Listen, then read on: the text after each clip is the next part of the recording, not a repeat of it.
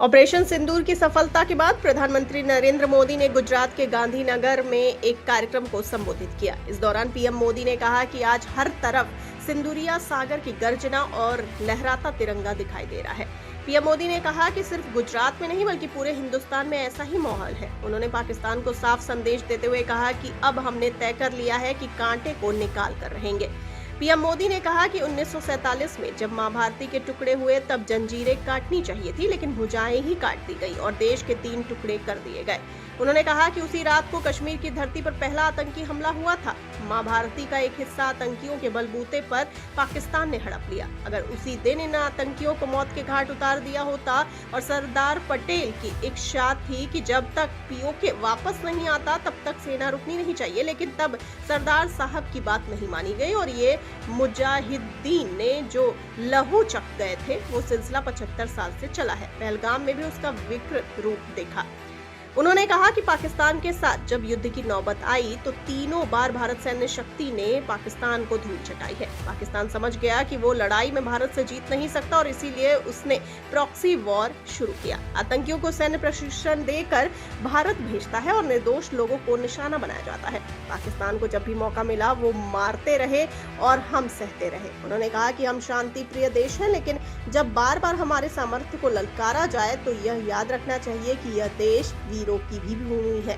PM Modi ने कहा कि 6 मई के बाद जो देखा गया उसके बाद इसे हम प्रॉक्सी वॉर कहने की गलती नहीं कर सकते। इसका कारण है जब आतंकियों के 9 ठिकानों को सिर्फ 22 मिनट में तबाह कर दिया गया, और इस बार तो सब कैमरे के सामने किया ताकि हमारे घर में कोई सबूत न मांगे। अब हमें सबूत नहीं देना पड़ रहा, उधर वाला खुद दे रहा है। पाकिस्तान में आतंकियों के जनाजे को स्टेट ऑनर दिया गया, ताबूत पर पाकिस्तानी झंडे लगाए गए, उनकी सेना ने सलामी दी। ऐसे में अब इसे प्रॉक्सी वॉर नहीं कहा जा सकता।